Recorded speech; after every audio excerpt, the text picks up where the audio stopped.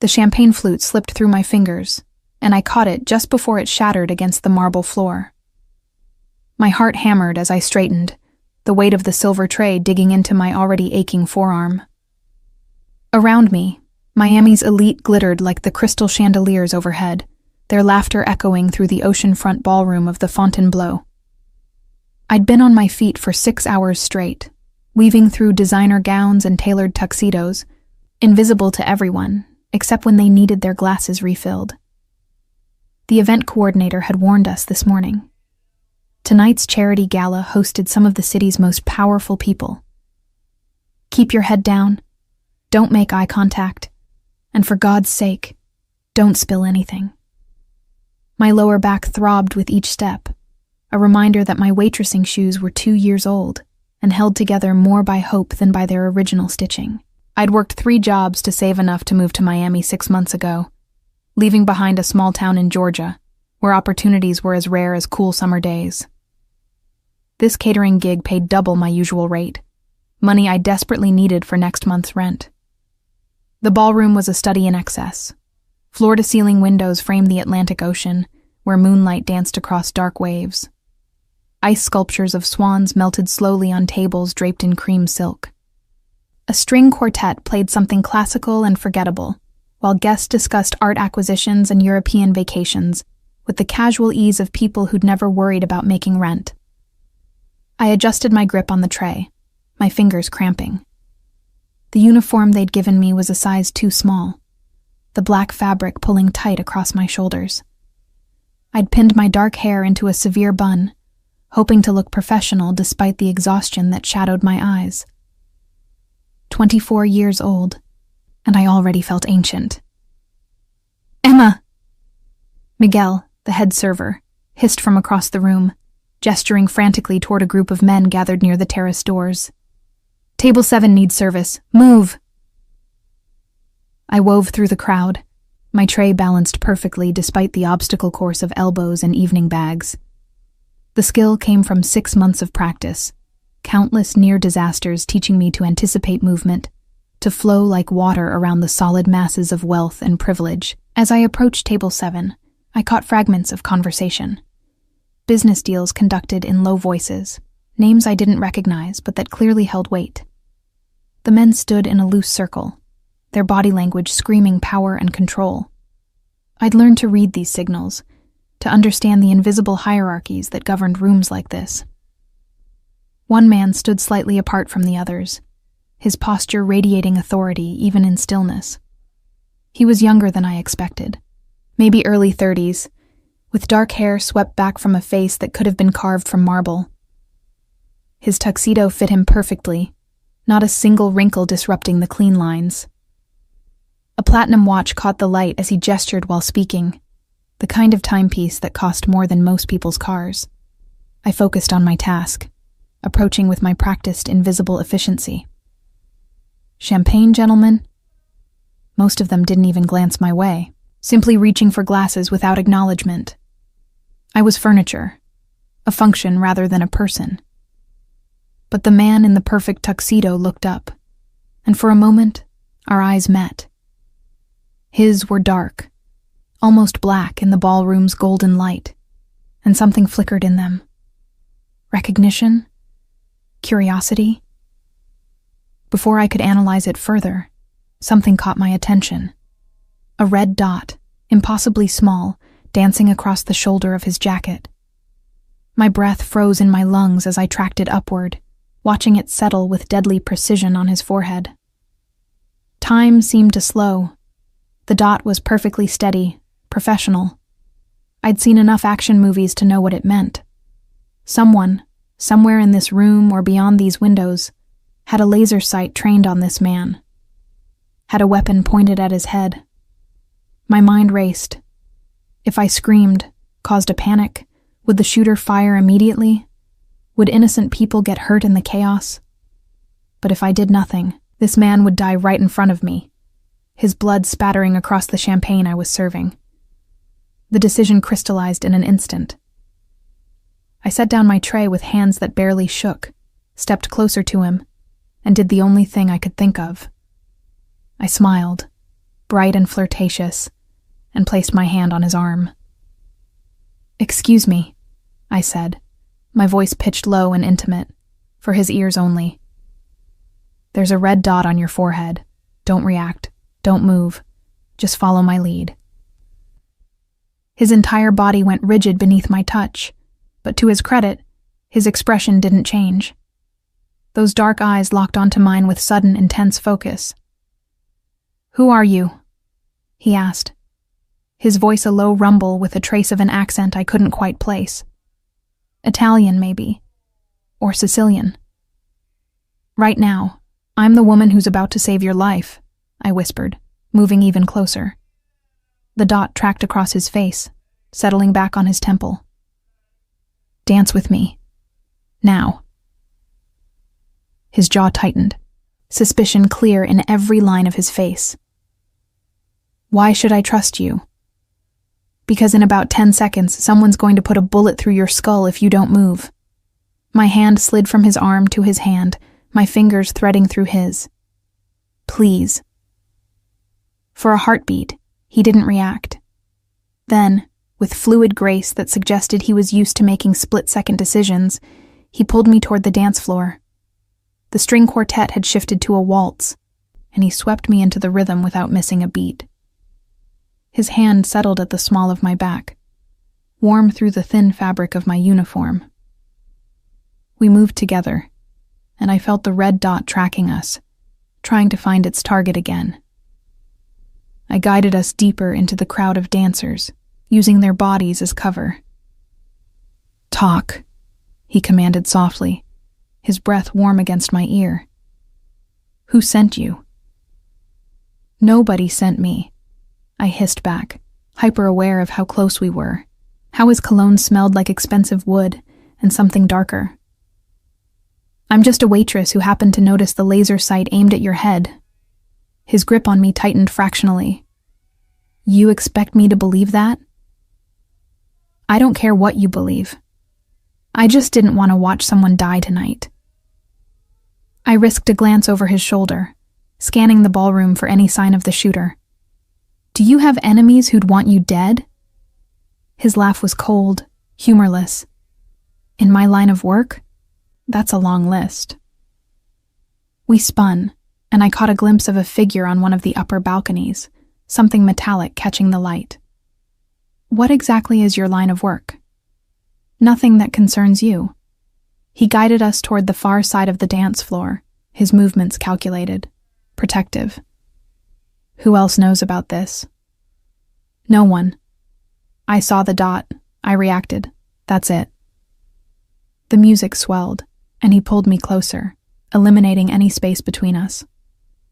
My heart raced, but not entirely from fear anymore. "My name is Emma, by the way. Emma Thompson." "Vincent," he replied, and something in his tone suggested he didn't give his name often or easily. "Vincent Caruso." The name meant nothing to me, but the way he said it, the weight it carried, told me it should have.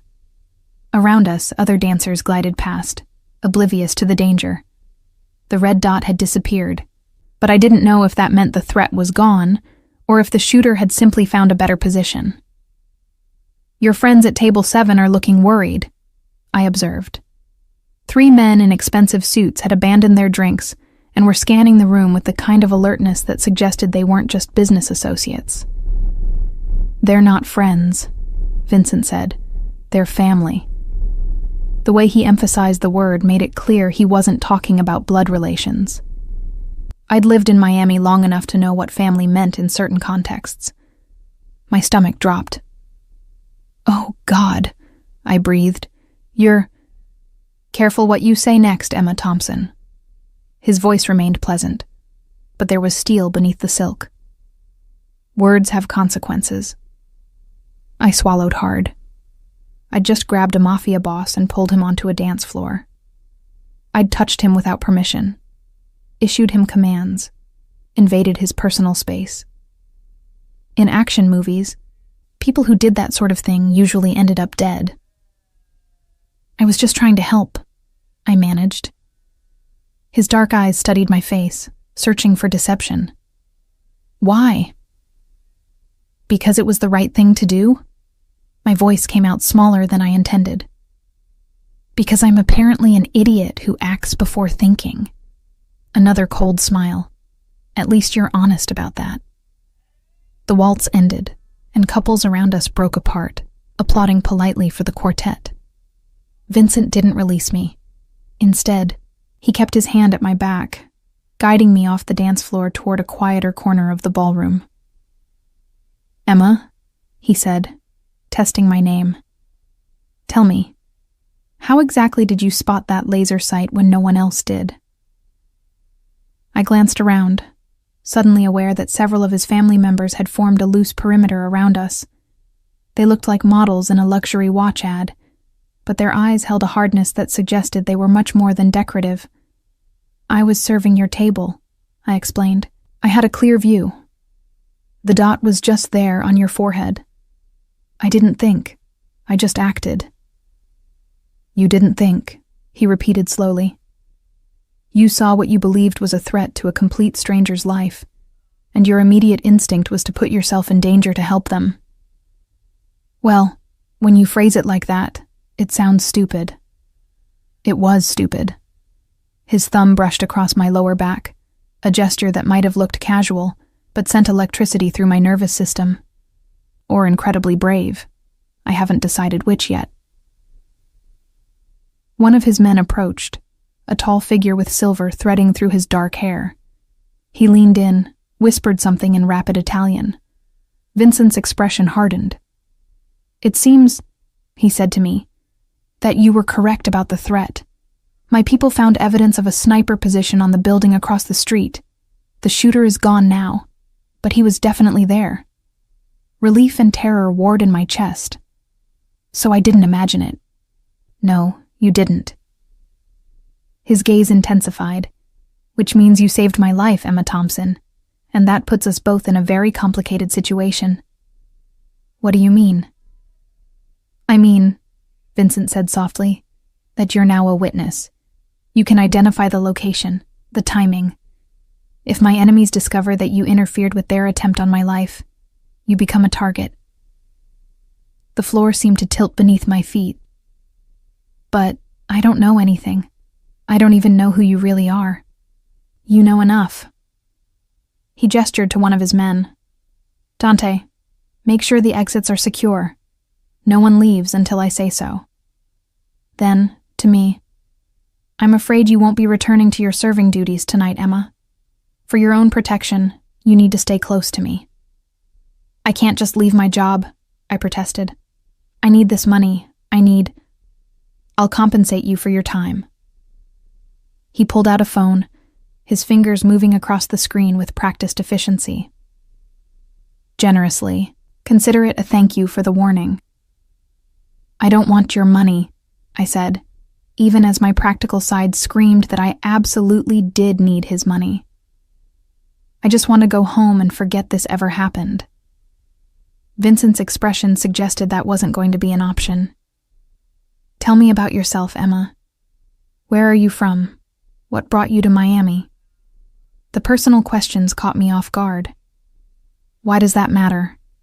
"Because," he said patiently, "I need to know if you're truly just an unlucky waitress, or if someone planted you here for exactly this scenario." Indignation flared hot in my chest. "I'm not some kind of plant. I'm from Georgia. I moved here 6 months ago to escape a dead-end life. I work 3 jobs to make rent. Tonight was supposed to be easy money, and instead, I'm being interrogated by—" I cut myself off before I said something truly stupid.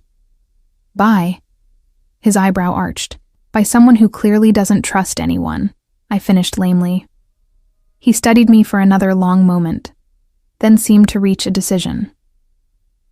"Dante, have someone check her story, employment records, background, everything."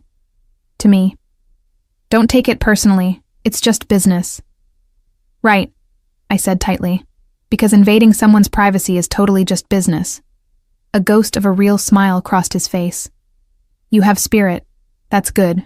You'll need it." Before I could ask what he meant, the event coordinator rushed over, her face flushed with stress.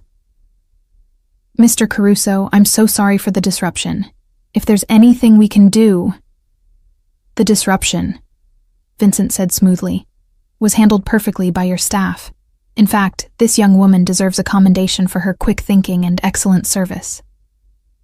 The coordinator looked at me with surprise, as if seeing me for the first time. Oh, well, thank you, Emma. Get back to your other guests. Vincent dismissed her with the ease of someone used to command. I'll handle things from here. As she scurried away, I turned back to him. What happens now? Now, Vincent said. You tell me everything you remember about that red dot. Every detail, no matter how small. And then we figure out how to keep you alive.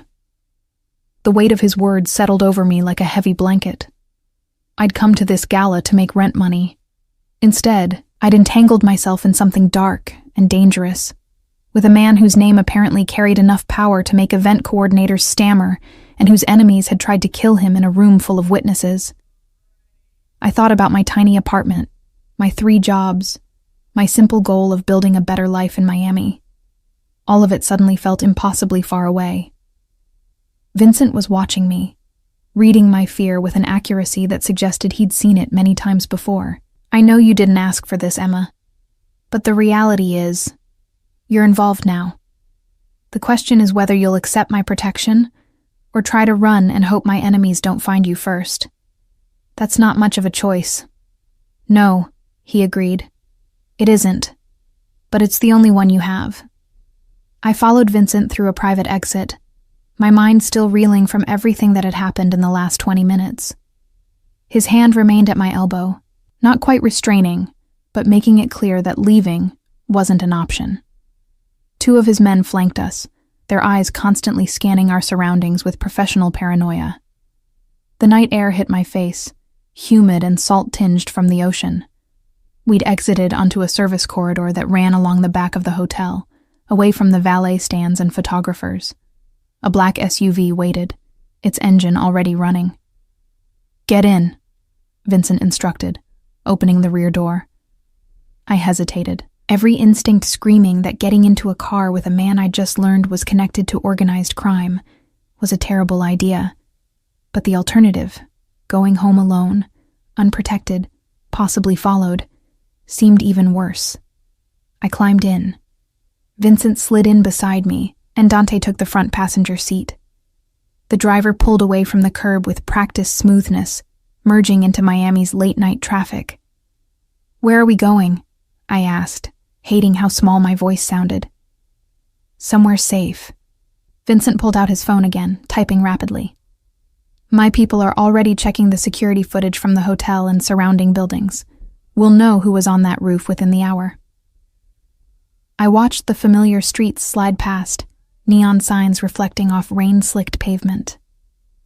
We were heading away from my neighborhood, toward the exclusive waterfront areas where penthouses cost more than I'd make in several lifetimes.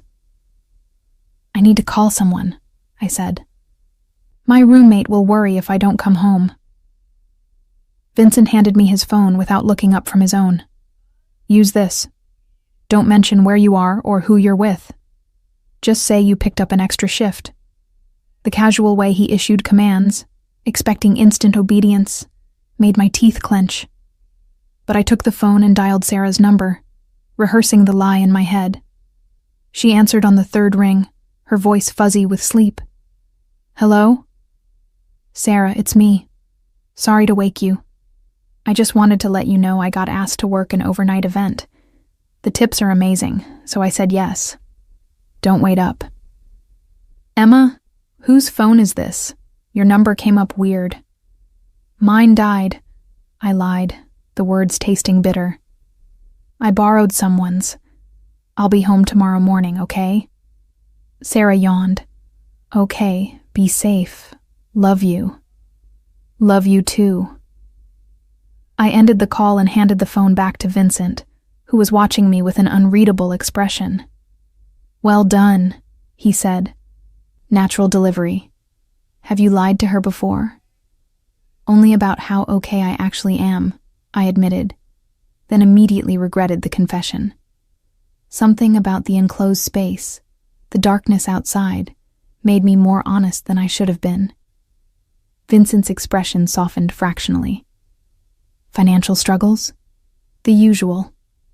I shrugged, trying for casual and probably failing.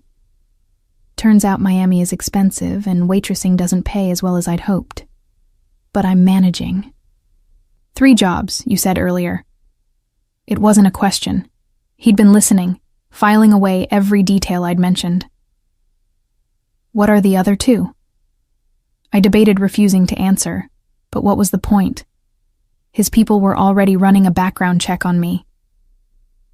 I work mornings at a coffee shop in Wynwood, and I do freelance transcription work online when I have time. The catering gigs are extra whenever I can get them. And your family? Why aren't they helping you? The question hit a nerve. I don't have family, not anymore. My parents died when I was 16, car accident. I lived with my aunt until I turned 18. Then we had a falling out. I've been on my own since then. Something flickered in his eyes. Understanding, maybe. Or pity. I wasn't sure which would be worse. I'm sorry, he said, and to my surprise, he sounded genuine. Losing parents young is difficult. You sound like you know from experience. His jaw tightened. My father died when I was 22, murdered by a rival family. It's why I took over the business earlier than planned. The casual way he mentioned murder sent a chill through me. This was his world. Violence and vengeance wrapped in expensive suits and oceanfront real estate. The SUV turned into an underground parking garage, descending several levels before stopping in a private bay. Vincent exited first, scanning the area before nodding to me. I climbed out, my legs unsteady after the adrenaline crash. We took a private elevator that required a key card to operate. The interior was all mirrors and chrome, showing me multiple reflections of myself, looking disheveled and out of place next to Vincent's polished perfection. You'll stay in one of my guest suites tonight, he said as we ascended. Tomorrow we'll assess the situation and determine next steps. Next steps for what? I asked. I told you everything I saw. That red dot. The position. That's all I know. It's not just about what you know. The elevator doors opened directly into a penthouse, revealing floor-to-ceiling windows overlooking Biscayne Bay.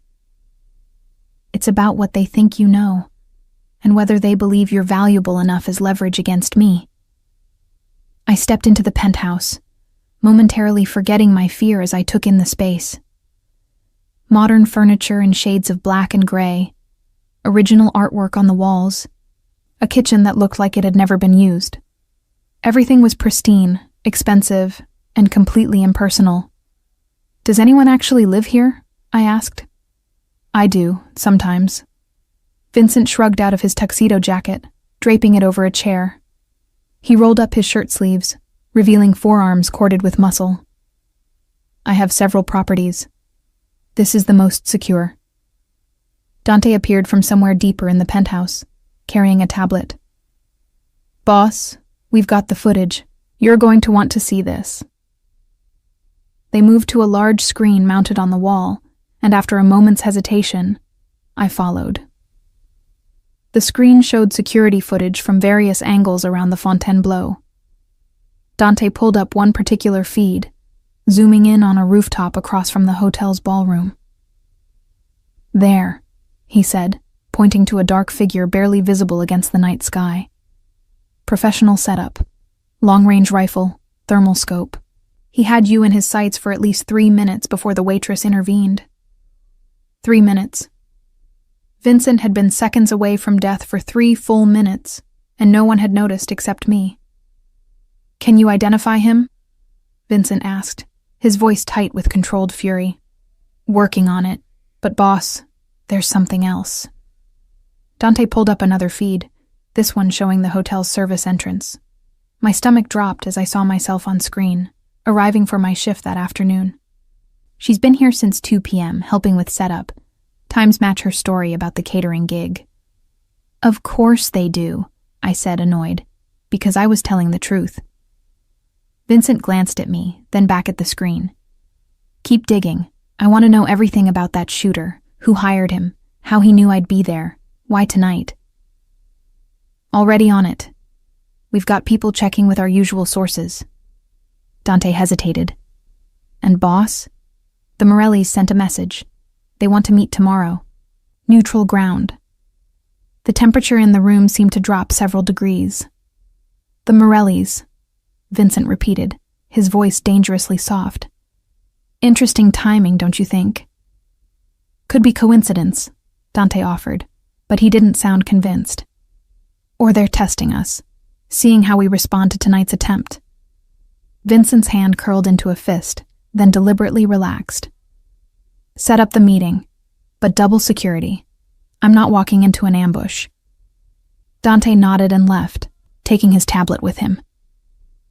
Vincent turned to me, and I saw the cold calculation in his eyes.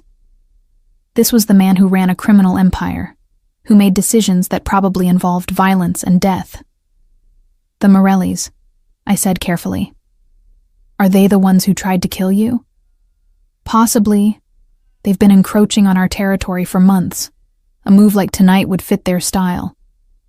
He poured himself a drink from a crystal decanter, the amber liquid catching the light. But it could also be the Russians, or the Colombians, or any number of smaller operations that think they can take advantage of perceived weakness. That's a lot of people who want you dead. Welcome to my world, Emma.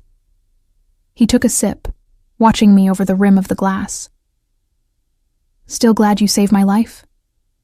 I thought about it, really thought about it. I could have done nothing. Let someone else notice the threat, or not notice at all. I could have finished my shift, collected my pay, gone home to my cramped apartment and my mountain of bills, and remained blissfully ignorant of Vincent Caruso and his dangerous world. Yes, I said, surprising myself with the certainty in my voice. I'm glad. I couldn't have lived with myself if I'd just watched you die. Something in his expression shifted, became less guarded. You're either very brave or very foolish. Can I be both? The ghost of a smile touched his lips. Come, I'll show you to your room. You need rest.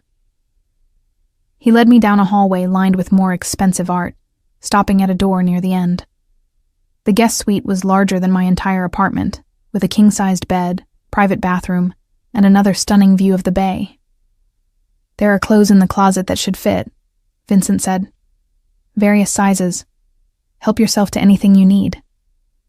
I opened the closet to find designer labels I'd only seen in magazines.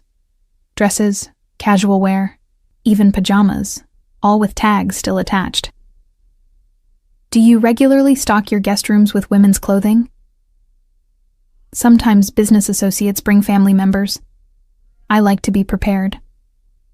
He moved to the window, looking out at the glittering cityscape. The door locks from the inside, but I'd prefer if you didn't lock it, just in case something happens, and my people need to get to you quickly. The implication that something might happen made my pulse quicken. You really think they'll come after me? I don't know yet, but I don't take chances with things I value. He turned back to me, his dark eyes intense. You saved my life tonight, Emma. That creates an obligation. I protect what's mine. I'm not yours, I said automatically, even as something deep in my chest responded to his possessive tone. No, he agreed. Not yet, but you're under my protection, which means you follow my rules. Don't leave this penthouse without my permission. Don't contact anyone except through phones I provide. And most importantly, don't trust anyone who isn't vetted by me or my inner circle. The reality of my situation was sinking in like a stone in deep water. I'd traded one kind of trap, poverty, instability, constant struggle, for another. A gilded cage with an ocean view. How long? I asked. How long do I have to stay here? Until I'm certain the threat has passed. His expression softened slightly at whatever he saw in my face. I know this isn't what you wanted. but it's necessary. Try to rest. We'll talk more in the morning." He left, closing the door softly behind him. I stood in the middle of the luxurious room, still wearing my too-tight waitress uniform, and tried to process everything that had happened. I'd saved a Mafia boss's life. Now I was essentially his prisoner, protected but controlled, safe but trapped. And the worst part was, I couldn't even be angry about it. Because he was right. If his enemies thought I mattered to him, or that I knew something valuable, I was in danger. I showered, washing away the sweat and fear of the evening, and changed into silk pajamas that probably cost more than my monthly rent. The bed was impossibly soft, the sheets cool against my skin. Through the floor-to-ceiling windows, Miami glittered like scattered diamonds, beautiful and dangerous. Sleep should have been impossible, but exhaustion pulled me under within minutes. My last thought before darkness claimed me was that my life had just changed irrevocably, and I had no idea if it was for better or worse. I woke to sunlight streaming through unfamiliar windows and the smell of fresh coffee. For a disoriented moment, I couldn't remember where I was. Then it all came rushing back. The red dot, Vincent, the penthouse. I found clothes laid out on the chair near the bed. Designer jeans that fit perfectly. A soft cashmere sweater, even new undergarments in my size. The precision of it was unsettling. How had they known my exact measurements? Following the coffee scent, I made my way to the kitchen. Vincent sat at the island, reading something on his tablet, dressed casually in dark jeans and a black t-shirt that showed off the lean muscle of his arms. He looked younger like this, less intimidating, almost normal. "Good morning," he said without looking up. "Coffee's fresh. Help yourself." I poured a cup, adding cream and sugar, and leaned against the counter. "Did you have someone measure me while I was sleeping?" "Security footage from the hotel provided approximate measurements. My assistant ordered the clothes based on that." He finally looked up, his gaze traveling over me with an assessment that felt almost clinical. "They fit well." "This is crazy," I said, wrapping both hands around the warm mug. Yesterday I was worried about making rent. Today I'm wearing a $1,000 sweater and drinking coffee in a penthouse with a... I stopped myself. With a what? His expression was neutral, but I sensed I was on dangerous ground. "With someone who makes people very nervous," I finished carefully. He smiled, a real smile this time. "Diplomatic. That's good. You'll need that skill if you're going to survive in my world." "I don't want to survive in your world. I want to go back to mine." "And you will, eventually." He set down the tablet. "But first, we have some matters to address. The Morellis want to meet this afternoon. I'm considering bringing you with me." I nearly dropped my coffee. "Why would you do that?" "Because if they were behind last night's attempt, seeing you alive and under my protection sends a message that I'm not easily killed and that I value the people who help me." His eyes held mine. "But it's also dangerous. They might see you as leverage or a weakness to exploit. So what you're saying is, I'm damned either way." "Welcome to the life," Vincent said dryly. "Every choice carries risk. The key is calculating which risks are worth taking." Before I could respond, Dante entered from another room, his phone pressed to his ear. His expression was grim. "Boss, we've got a problem. That shooter from last night? We found him. Or what's left of him. Someone put 2 bullets in his head and dumped the body in the Everglades. Professional cleanup." Vincent's face became a mask. "How long ago?" "Medical examiner says maybe 4 hours after the attempt on your life." Dante pocketed his phone. "Someone wanted to make sure he couldn't talk." "The Morellis," I said quietly. Both men looked at me. If they hired him and the attempt failed, they'd want to eliminate the evidence, right? Vincent's expression was unreadable. Possibly.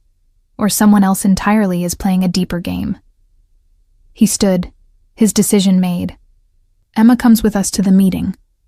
I want Marco Morelli to see her face, see that she's alive and well treated. Let him wonder exactly what she told me.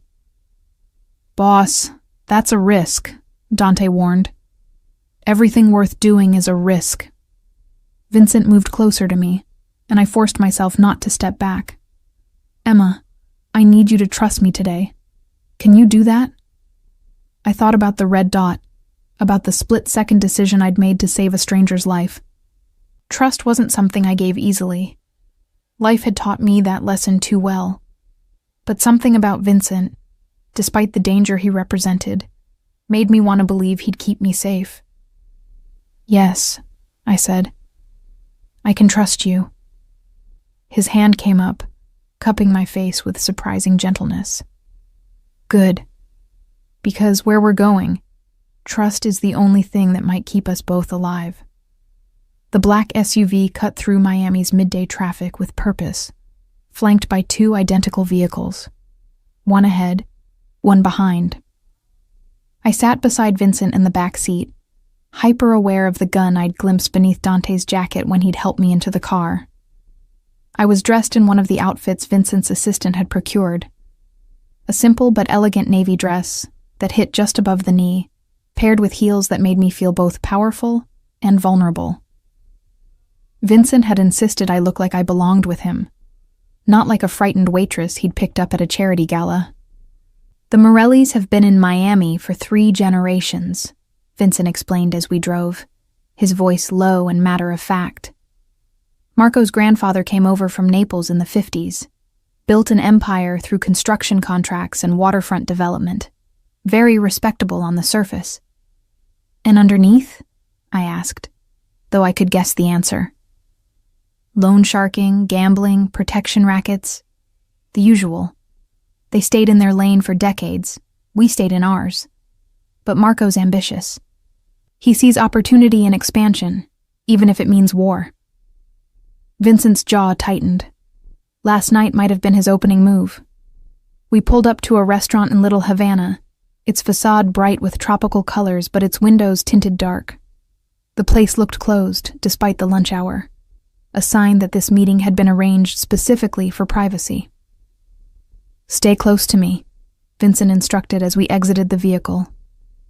His hand found the small of my back again, that possessive gesture I was beginning to recognize. Don't speak unless I indicate it's safe, and if anything happens, Dante will get you out. Understood?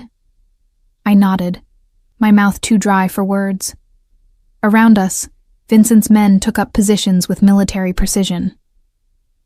Whatever was about to happen, everyone was prepared for it to go wrong. The restaurant's interior was dim and cool, with ceiling fans turning lazy circles above red leather booths. A man waited at a corner table, flanked by his own security. He stood as we approached, and I got my first look at Marco Morelli. He was older than Vincent by perhaps 15 years, with silver threading through dark hair slicked back from a face that might have been handsome if not for the coldness in his eyes. He wore a cream-colored suit that screamed old money, and a smile that didn't reach anywhere near those cold eyes. Vincent, he said, his voice carrying a thicker Italian accent than Vincent's. Good of you to come. And you brought a guest. How unexpected. Marco. Vincent's tone was cordial, but guarded. May I introduce Emma Thompson? Emma, this is Marco Morelli. I offered my hand, trying to project confidence I didn't feel. Marco took it, his grip just a shade too firm, holding it a moment too long. Enchanted, he said, his gaze raking over me with uncomfortable intensity. Though I must admit, Vincent, I didn't know you were seeing anyone. The last I heard, you were quite the eligible bachelor. Emma and I have a unique relationship, Vincent replied smoothly, guiding me into the booth beside him. She recently did me a considerable favor. I find myself in her debt. Marco's eyes sharpened with interest. A favor? How intriguing. Please, you must tell me more. Vincent signaled a waiter, who appeared immediately with water and menus no one would read. "Business first, Marco. You requested this meeting. I assume you have something important to discuss." Always so direct. Marco settled back in his booth, steepling his fingers. "Very well. I wanted to extend my personal condolences about the unfortunate incident at last night's charity gala. I heard there was some kind of security scare. Everyone all right, I trust?" The casual way he mentioned it, the slight curve of his smile, made my stomach turn. He knew. Of course he knew. The question was whether he'd been behind it. "Everyone's fine," Vincent said, his hand finding mine beneath the table, squeezing once in warning. Thanks to quick thinking from the hotel's security team, and from Emma, who happened to notice something amiss. Marco's gaze swiveled to me with predatory focus. "Did she now? How fortunate for you, Vincent, to have such observant friends."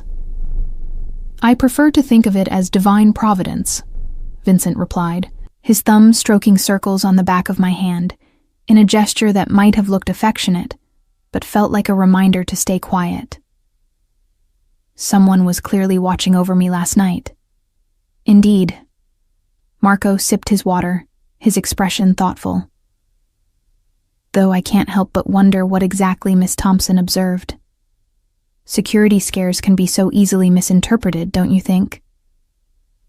This was it. The real reason for the meeting. Marco wanted to know what I'd seen. What I might have told Vincent. How much of a threat I posed to whoever had orchestrated the assassination attempt. "I saw enough," I said, the words escaping before I could stop them. Vincent's hand tightened on mine in warning, but I continued, meeting Marco's cold stare. "I saw that someone wanted Vincent dead, and I saw that they failed." A tense silence fell over the table. Marco's smile had frozen in place, becoming something predatory and dangerous. "Bold," he said finally. "I can see why Vincent values you, Miss Thompson. Beauty and bravery, a rare combination." "Emma speaks her mind," Vincent said, his tone casual, despite the tension radiating through his body. "It's one of the things I admire about her.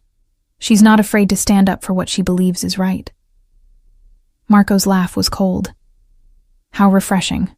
Most people in our world have learned that such honesty can be hazardous to one's health. "Is that a threat, Marco?" Vincent's voice dropped several degrees. "A threat?" No. Marco raised his hands in mock surrender. "Merely an observation. After all, we're all friends here, aren't we? I simply wanted to meet and ensure there were no misunderstandings about last night's events."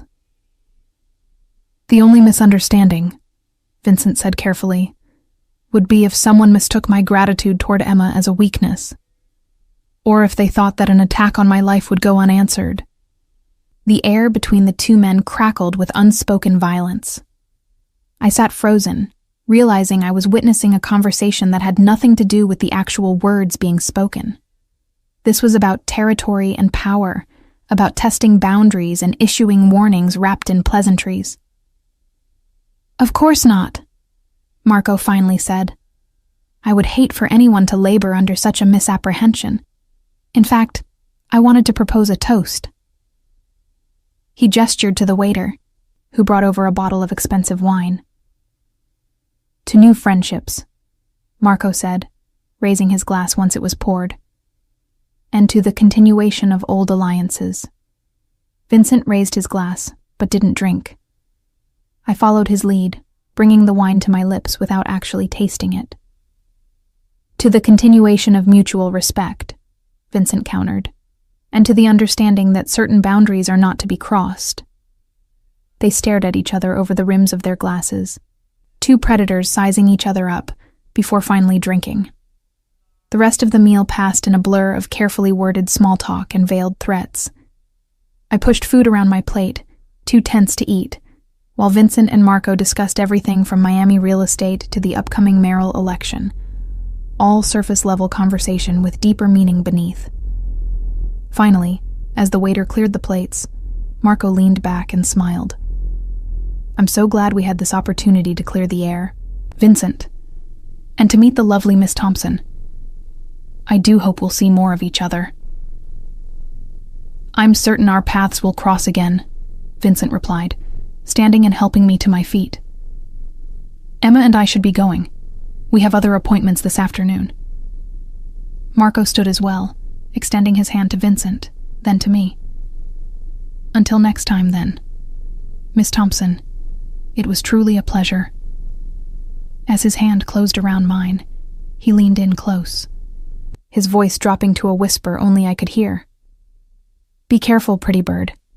Men like Vincent don't keep things they can't control, and sooner or later he always disposes of what he can't use. I yanked my hand back, fear and anger warring in my chest. Vincent noticed immediately, his eyes narrowing as he looked between Marco and me. Is there a problem? He asked, his voice dangerously soft. No problem at all, Marco said smoothly. I was simply wishing Miss Thompson well. It's a dangerous world out there after all. One can never be too careful. Vincent's arm came around my waist, possessive and protective. Emma is perfectly safe, I assure you. She's under my personal protection now. How fortunate for her. Marco's smile remained in place, but his eyes were hard as stone. Good day, Vincent, Miss Thompson. We left the restaurant, Vincent's men forming a protective circle around us as we walked to the SUV. I could feel eyes on us from neighboring buildings, from parked cars, from darkened doorways. Marco wasn't the only one watching. Once we were safely in the vehicle and moving, Vincent turned to me. What did he say to you? At the end? I debated lying, protecting myself from the conflict I might cause by repeating Marco's words. But Vincent's eyes demanded truth. He said men like you don't keep things you can't control, that you always dispose of what you can't use. The words tasted bitter on my tongue. He called me pretty bird. Vincent's expression went cold and deadly. He threatened you. He warned me, I corrected, about you. And do you believe him? Vincent asked, his voice carefully neutral. Do you think I'll dispose of you when you're no longer useful? I thought about the past 24 hours, the protection he'd offered, the genuine concern I'd glimpsed beneath his controlled exterior, the way his touch had been possessive, but never cruel. No, I said finally. I don't think you will. But I also think Marco knows something about you that he wanted me to fear. Vincent was quiet for a long moment, staring out the window at the passing city. Marco and I have history, he finally said. 5 years ago, when my father was killed, Marco saw it as an opportunity. He came to me, offered his assistance in finding the killers, wanted to form an alliance. What did you say? I told him I didn't need his help, that I would handle my family's business myself. Vincent's jaw tightened. He took it as an insult. Since then, he's been waiting for me to show weakness, to make a mistake he can exploit. And bringing me to that meeting, I said slowly, showed him that you care about something beyond power and territory. He thinks I'm your weakness. He's not entirely wrong. Vincent turned to look at me, his dark eyes intense. I do care about you, Emma. More than is probably wise, given how recently we met. You saved my life. You risked your own safety without hesitation. That kind of selflessness is rare in my world. His words created a warmth in my chest that had nothing to do with the Miami heat. Vincent, My phone buzzed in my purse. The new one Vincent had given me. I pulled it out to see a text from an unknown number. Pretty bird should know when to fly away. Next time Vincent won't be there to protect you. M. I showed Vincent the screen, watching his expression harden into something cold and murderous. Dante, he said, his voice cutting through the vehicle's interior. Change of plans. We're not going back to the penthouse. Take us to the estate. The estate, boss? Dante sounded surprised. The estate, Vincent confirmed. It's time Emma saw where I really live, and it's time Marco Morelli learned what happens when he threatens what's mine. The estate turned out to be a sprawling compound in Coral Gables, hidden behind high walls and even higher hedges. As we passed through the gates, I caught glimpses of manicured lawns, fountains, and a house that looked more like a Mediterranean palace than a residence. "You live here?" I asked, unable to keep the awe from my voice. When I need to think clearly, or when I need to be surrounded by people I trust absolutely. Vincent helped me from the SUV, his hand steady at my elbow. The penthouse is convenient for business. This is home. The main house was stunning. Cream-colored stone, terracotta roof tiles, arched windows that overlooked gardens that could have graced a magazine spread. But it was the security I noticed most. Cameras positioned at strategic intervals, men in dark suits patrolling the grounds, the sense of being watched from multiple directions. "This is a fortress," I said. "It needs to be." Vincent led me through massive wooden doors into a foyer that took my breath away. Marble floors, a sweeping staircase, art that I was certain was original and priceless. My father built this place as a stronghold, somewhere our family would always be safe, no matter what happened outside these walls. An older woman appeared from a side hallway, her gray hair pulled back in an elegant bun. She looked at me with sharp, assessing eyes before turning to Vincent. "Vincenzo, you didn't tell me we were having a guest," she said in Italian-accented English. "Emma, this is Maria. She's been with my family since before I was born." Vincent's tone softened with genuine affection. "Maria, this is Emma Thompson. She'll be staying with us for a while." Maria's eyes widened slightly, but she recovered quickly. "Of course, I'll have the blue guest suite prepared. Miss Thompson, do you have any dietary restrictions I should know about?" "No, ma'am. Thank you." I felt completely out of my depth, like I'd wandered onto a movie set. "Maria raised me after my mother passed," Vincent explained as the housekeeper bustled away, already on her phone organizing my accommodation. "She's one of the few people in this world I trust completely." He led me deeper into the house, through rooms that looked like they belonged in a museum. We ended up in what he called his study, a wood-paneled room lined with books, dominated by a massive desk, and overlooking the gardens through floor-to-ceiling windows. "Sit," he instructed, gesturing to a leather chair. "We need to talk about what happens next." I sank into the chair, exhaustion finally catching up with me. "Marco's not going to back down, is he?" "No, the text message was a direct challenge. He's testing my resolve, seeing if threatening you will make me cautious, make me vulnerable." Vincent poured 2 glasses of amber liquid from a crystal decanter, handing me one. "But what he doesn't understand is that threatening you has the opposite effect." I took a sip, the liquor burning pleasantly down my throat. "What are you going to do?" "What I should have done years ago. I'm going to end this." His eyes held mine. "But I need you to stay here, where you're safe, while I handle it." "Handle it," I repeated. "You mean kill him?" Vincent didn't deny it. "Marco ordered the hit on me last night. I'm certain of it now. And by threatening you, he's shown that he has no respect for the old rules, the boundaries that keep our world from descending into chaos.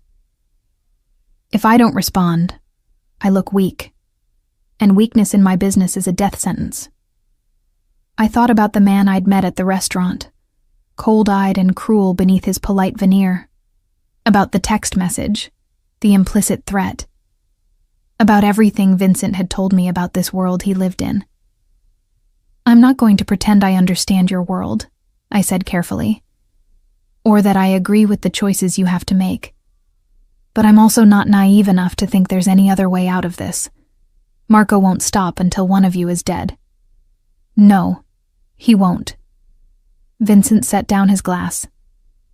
"Which is why I need you to promise me something, Emma. Stay here. Don't leave the grounds. Don't communicate with anyone outside without going through Maria or Dante first." And don't let guilt make you do something foolish, like trying to run away to protect me. That's a lot of promises. You saved my life. Now I'm trying to save yours." He moved closer, kneeling beside my chair so our eyes were level. "I know you didn't ask for this. I know you just wanted to work your shift and go home. But you're here now, in the middle of something dangerous, and the only way through it is together." His hand came up to cup my face, and I found myself leaning into the touch despite everything. There was something about Vincent that drew me in.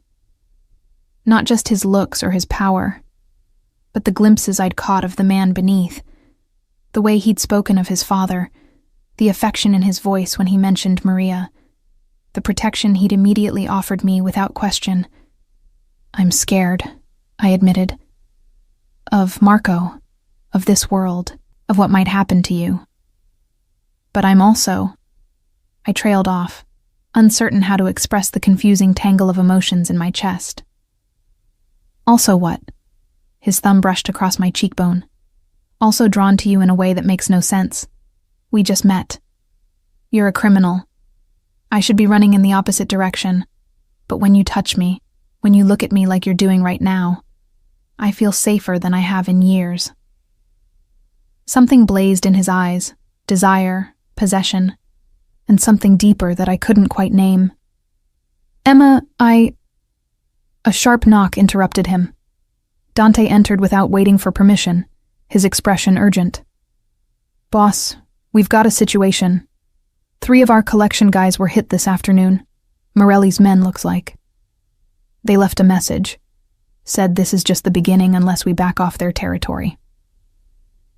Vincent stood, his expression transforming from tender to deadly in an instant. "Casualties? 2 in the hospital, 1 dead. Leo Marchetti. You remember?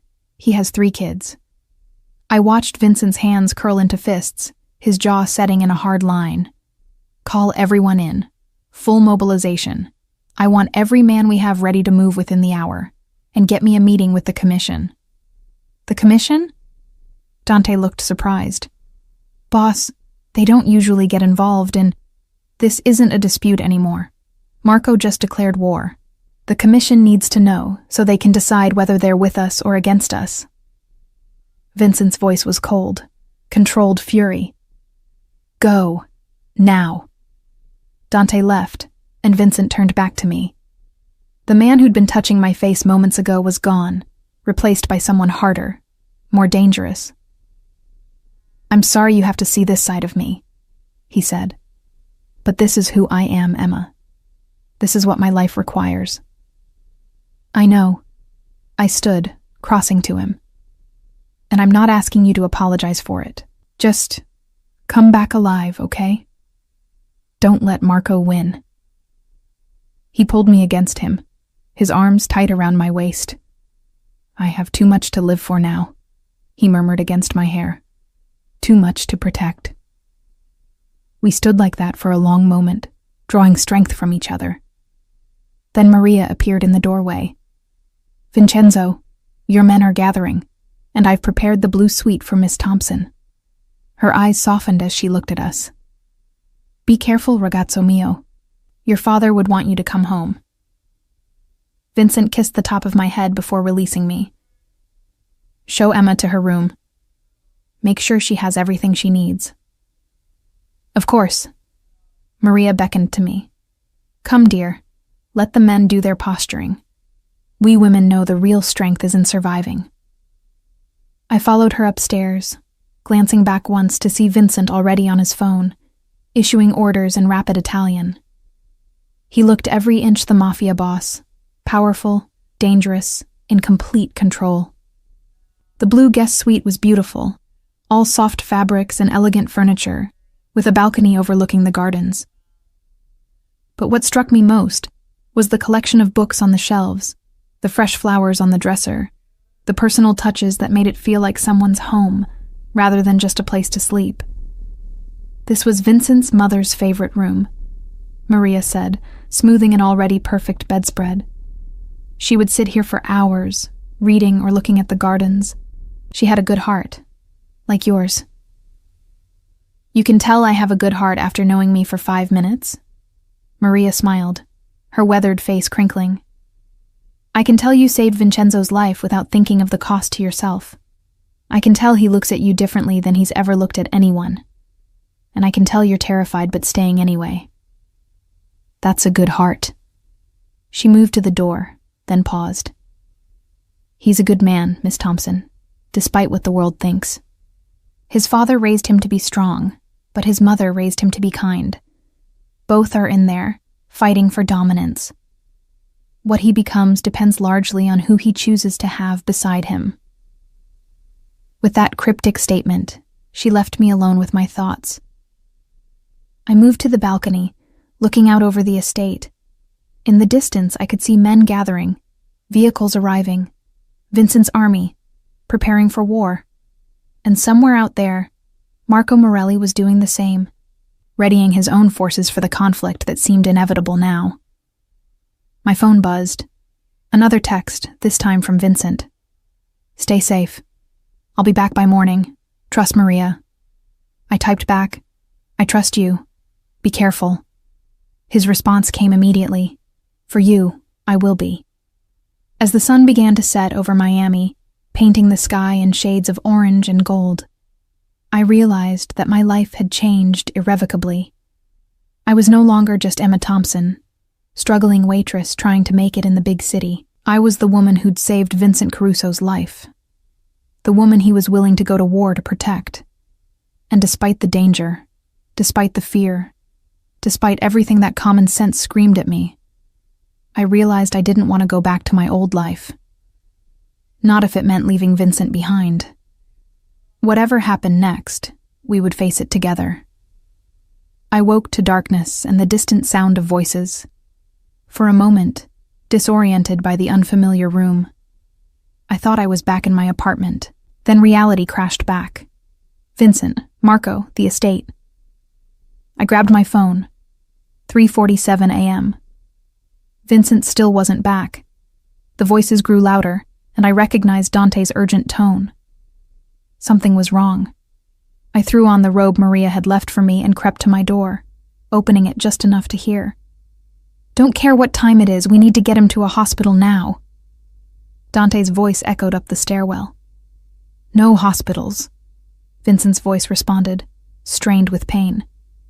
Too many questions. Call Dr. Russo. He'll come here. My heart stopped. Vincent was hurt.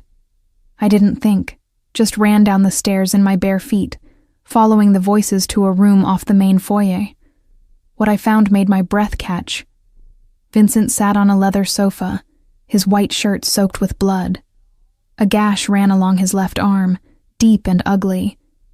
Dante was pressing a towel against it, but blood was already soaking through. What happened? I demanded, rushing forward. Vincent looked up. Surprise and something else.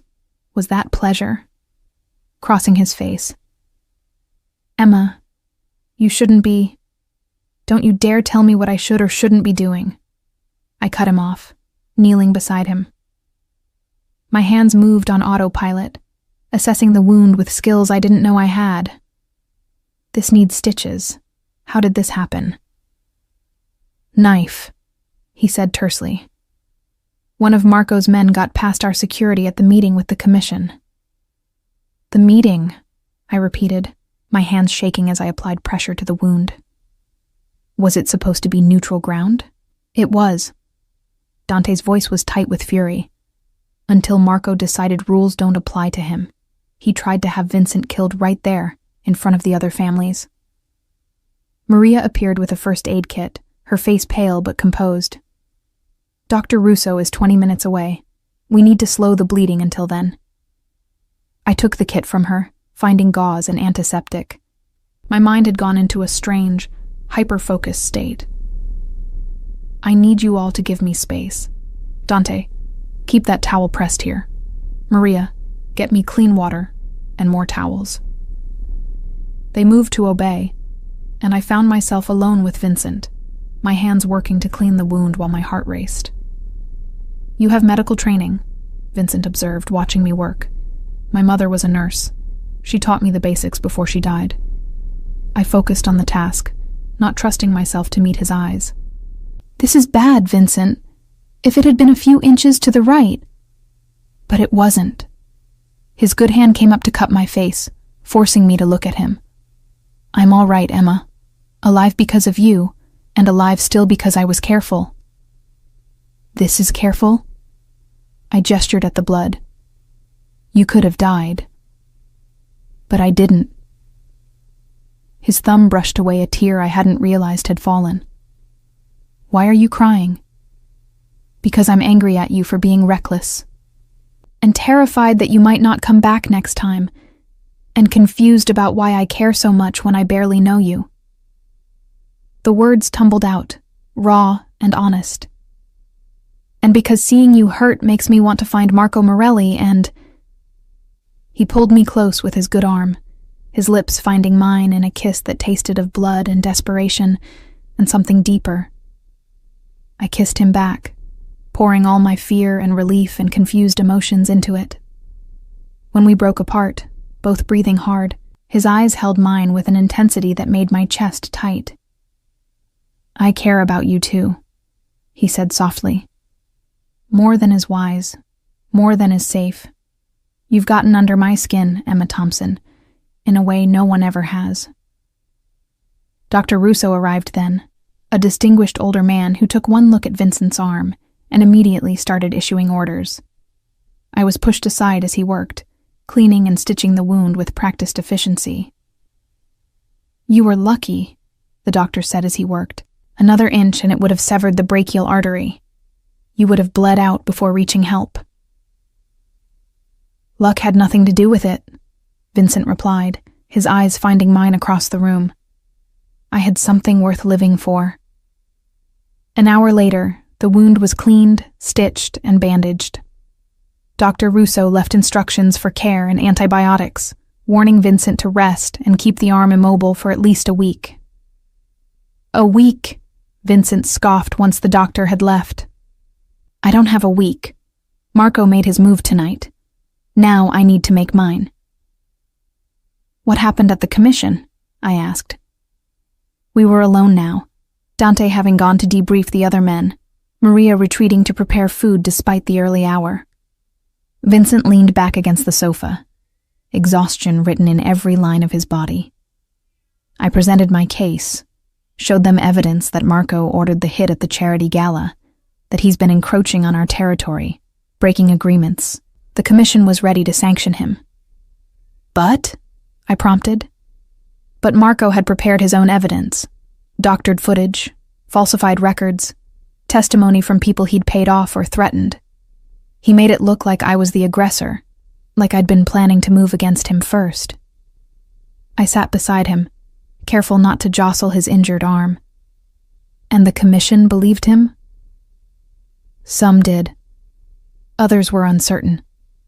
That's when Marco made his real move. He offered a compromise. A merger of our territories with him in charge. Said it would bring peace, stability. Vincent's jaw tightened. The commission thought it was reasonable. And when you refused? That's when his man came at me with the knife, in front of everyone, breaking every rule of the commission. It should have proven he's unstable, dangerous. He laughed bitterly. Instead, he claimed I provoked it, that my refusal of his reasonable offer was tantamount to a declaration of war. I tried to process this. So what does the commission do now? They've called for a cooling-off period, 2 weeks for both sides to stand down, reconsider options. His hand found mine, threading our fingers together. But Marco won't wait 2 weeks. Tonight was a statement. He'll move again. Soon. Then what do we do? Vincent's eyes met mine, and I saw something I hadn't seen before. Uncertainty. I don't know. For the first time in my life, I genuinely don't know the right move. If I strike back, I look like the aggressor. If I wait, I look weak. Either way, Marco wins. We sat in silence for a moment.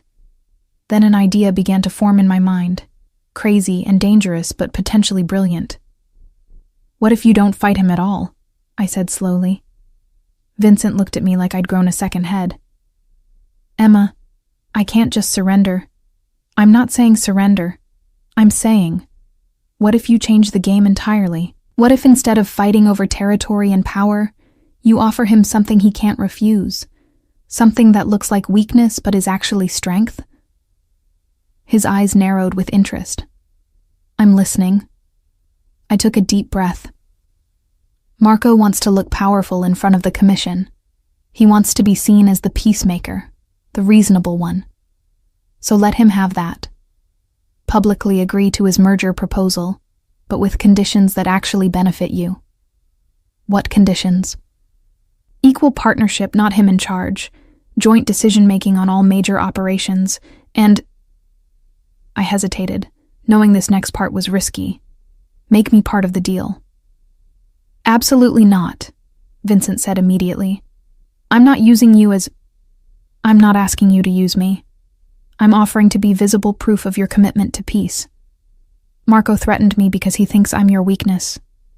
What if instead I become your strength? Your connection to legitimacy, to the outside world? Vincent stared at me, conflict clear in his expression. Emma, if you're publicly connected to me, there's no going back. Your life will never be the same. You'll be a target for every enemy I have. I'm already a target, I pointed out. At least this way, I'm a target with purpose. And maybe, just maybe, we can turn Marco's trap back on him. How? I smiled, the plan solidifying in my mind. By making him think he's won. By giving him the public appearance of victory while you maintain actual control. And by making me so visible, so connected to both of you, that any move he makes against me makes him look like the aggressor breaking the peace. Vincent was quiet for a long time, his strategic mind clearly working through the angles. Finally he spoke. It's insane. But it could work. It puts you in danger. I'm already in danger. He pulled me close with his good arm, resting his forehead against mine. You're either the bravest woman I've ever met, or the most foolish. Can I be both? His laugh was soft and genuine. Yes, you can definitely be both. He pulled back to look at me seriously. If we do this, Emma, you need to understand. It's not just about business anymore. You'll be mine in the eyes of everyone. My partner, my woman, my equal. There's no halfway with this. My heart hammered in my chest. And is that what you want? For me to be yours? From the moment you grabbed my hand at that gala and pulled me to safety, you've been mine, he said, his voice rough with emotion. The question is whether you want to be. I thought about my old life, the constant struggle, the loneliness, the feeling of treading water and slowly drowning. Then I thought about the past 2 days with Vincent. Terrifying, yes, but also electric, alive, purposeful. Yes, I said. I want to be yours, and I want you to be mine. He kissed me then, deep and claiming, his good hand tangling in my hair. When we finally broke apart, both breathing hard, his smile was genuine. Then tomorrow, we changed the game. The press conference was Vincent's idea, a very public announcement of the merger between the Caruso and Morelli families, with me standing beside him as proof of his commitment to peace and legitimate business. Maria had transformed me into someone I barely recognized. Designer dress in deep emerald that made my eyes pop, hair styled in soft waves, makeup that was elegant but not overdone. I looked like I belonged in Vincent's world now, like I'd been born to stand beside powerful men and smile for cameras. You look beautiful, Vincent said, appearing behind me in the mirror. His arm was still bandaged beneath his suit jacket, but you couldn't tell unless you knew what to look for. And terrified. Both accurate, I admitted. Vincent, are you sure about this? Once we do this press conference, there's no taking it back. I've never been more certain of anything. He rested his good hand on my shoulder, meeting my eyes in the mirror. Emma, I need you to know, whatever happens today, you've changed me. Made me see possibilities I'd never considered before. Before I could respond, Dante appeared in the doorway. Boss, Marco's here, and he brought his own cameras. Vincent's expression hardened. Of course he did. Emma, remember what we discussed. You're here as my partner, my equal. Let Marco see that you're not afraid of him. We descended to the main floor where a makeshift press area had been set up in the formal living room. Marco was already there, surrounded by his own men, looking smug in a cream suit that probably cost more than my old car. Vincent, he said, all false warmth, and the lovely Miss Thompson, how delightful that you could join us for this momentous occasion. Marco, Vincent replied coolly, his hand finding the small of my back. Shall we get started? The cameras started rolling, and Vincent launched into the prepared statement. He spoke about cooperation, about the future of their combined territories, about bringing stability to their operations. He made it sound reasonable, inevitable, even admirable. But I watched Marco's face and saw the truth. He thought he'd won, thought Vincent had capitulated, shown weakness. His smile grew wider with each word Vincent spoke. Then Vincent dropped the first bomb. And to ensure transparency in this new partnership, I'm pleased to announce that Emma Thompson will be serving as our liaison to the legitimate business community. Her fresh perspective and outsider status make her uniquely qualified to help us navigate this transition. Marco's smile faltered slightly. I wasn't aware we'd discussed bringing in outside consultants. Emma's not an outsider anymore, Vincent said smoothly. She's family, and family has a voice in all major decisions. The second bomb.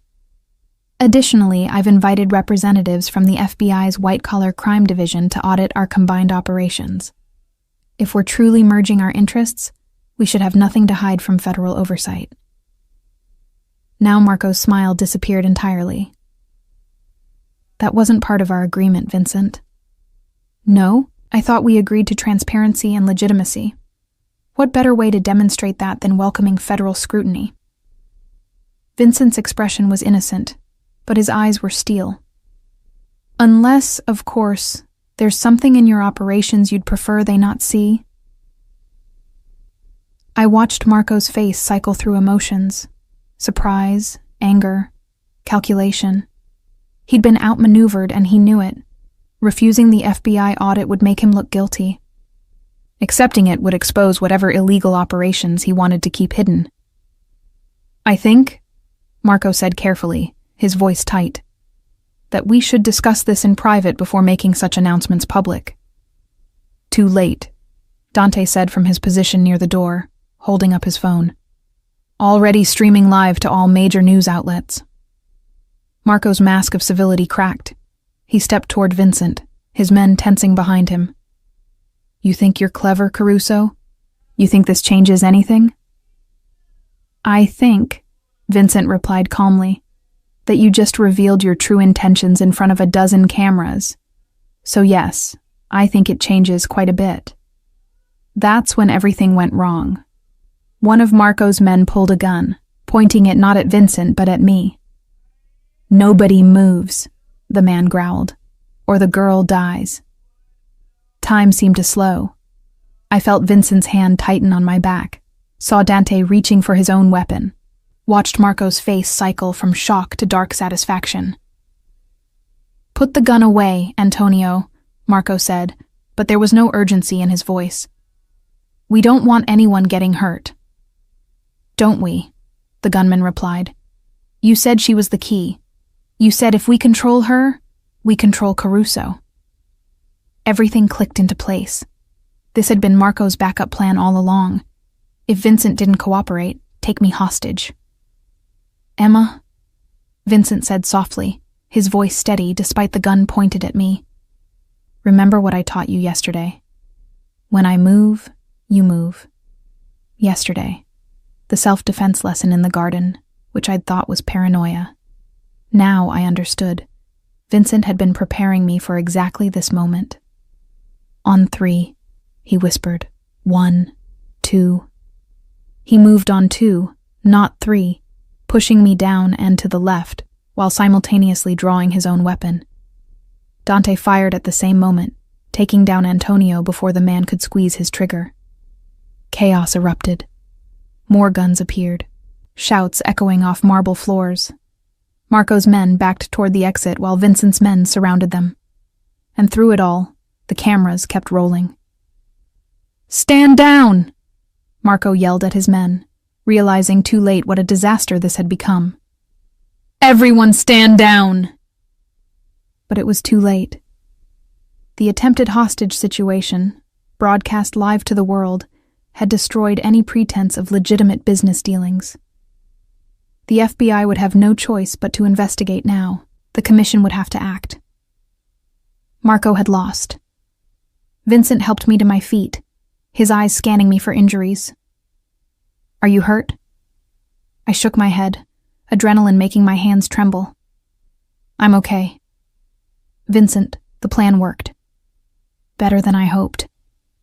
He turned to Marco, who stood frozen, watching his empire crumble around him. "This is done, Marco. The commission will see the footage, the feds will investigate, and you'll be lucky if you avoid prison." "This isn't over," Marco spat, but the venom in his voice was undercut by desperation. "You think you've won? You've just made yourself a target for every family that doesn't want federal oversight." "Maybe," Vincent conceded, "or maybe I've just changed the game entirely. Made it about legitimacy instead of territory, business instead of blood." His arm came around my waist. "Either way, I have something worth fighting for now, something worth protecting." As Marco and his men were escorted out by people I assumed were undercover FBI agents, I leaned into Vincent's embrace. My whole body was shaking with delayed shock. "Is it really over?" I asked. "The immediate threat?" "Yes. Marco's done. He'll face federal charges, probably turn on his own people to save himself." Vincent kissed the top of my head. "But there will always be new threats, Emma. New challenges. That's the reality of this life. Then I guess it's good I'm not planning on going anywhere." He pulled back to look at me, something vulnerable in his eyes. "You're sure? About all of this? About me?" I thought about everything that had happened since I'd seen that red dot at the charity gala. The terror, yes, but also the excitement. The danger, but also the purpose. And Vincent, complicated, dangerous, protective Vincent, who'd changed my life in ways I was still trying to understand. "I saved your life," I said. "I think I'm entitled to stick around and make sure it was worth the effort." His laugh was genuine, full of relief and joy. "I love you, Emma Thompson. I know it's too soon. I know it's crazy, but I do." "It is too soon," I agreed. "And it is crazy. But I love you too, Vincent Caruso. So I guess we're both insane." He kissed me then, deep and claiming, in front of the remaining cameras and his men and Maria, who I glimpsed wiping tears from her eyes. When we finally broke apart, Dante cleared his throat. "Boss, we should probably deal with the FBI agents who are currently surrounding the property." Vincent sighed. "Right. Emma, this might take a while. Legal negotiations, statements, all the boring parts of going legitimate." "I'll be here," I promised. Wherever here ends up being. I stood in the ballroom of the newly renamed Caruso-Thompson Foundation building, watching Vincent give a speech about community investment and legitimate business practices. He'd kept his word, turned his operations legal, worked with federal prosecutors to clean up the criminal elements, and built an empire based on actual business rather than fear. It hadn't been easy. Some families had resisted, tried to push back. But Vincent's gamble had paid off. By going legitimate first, by cooperating with authorities, he'd positioned himself as the future, while his rivals looked like dinosaurs clinging to a dying past. And me? I'd become exactly what we'd claimed at that press conference, his partner in every sense of the word. I ran the foundation, managed the legitimate business operations, and somewhere along the way, fell completely and irrevocably in love with the man who'd started as a dangerous stranger and become my whole world. "You're staring," Maria said beside me, her eyes twinkling with amusement. "Can you blame me?" I gestured at Vincent, confident and commanding at the podium. 6 months ago, I was a struggling waitress. Now I'm engaged to a former mob boss turned legitimate businessman, running a multi-million-dollar foundation. "Former mob boss," Maria repeated with a smile. "I like that you can say it so casually now." I looked down at the ring on my finger, a simple band with a single perfect diamond. Vincent had proposed last month, on the balcony of the blue guest suite that had become my room, then our room. "Life is strange," I said, "but I wouldn't change any of it." Vincent finished his speech to enthusiastic applause and made his way over to us, his eyes finding mine immediately. "Ready to go home?" he asked, taking my hand. "Always." As we left the building together, his security team a discreet presence around us, I thought about that night at the charity gala, about the split-second decision to save a stranger's life, about everything that had followed. I'd been looking for a better life when I moved to Miami. I'd just never imagined I'd find it by dancing with danger itself. Vincent squeezed my hand, and I squeezed back, both of us smiling at the future we'd built from the ashes of his past. Sometimes the best decisions are the ones you make without thinking. Sometimes saving someone's life means giving them yours in return. And sometimes, just sometimes, the most dangerous path leads exactly where you're supposed to be.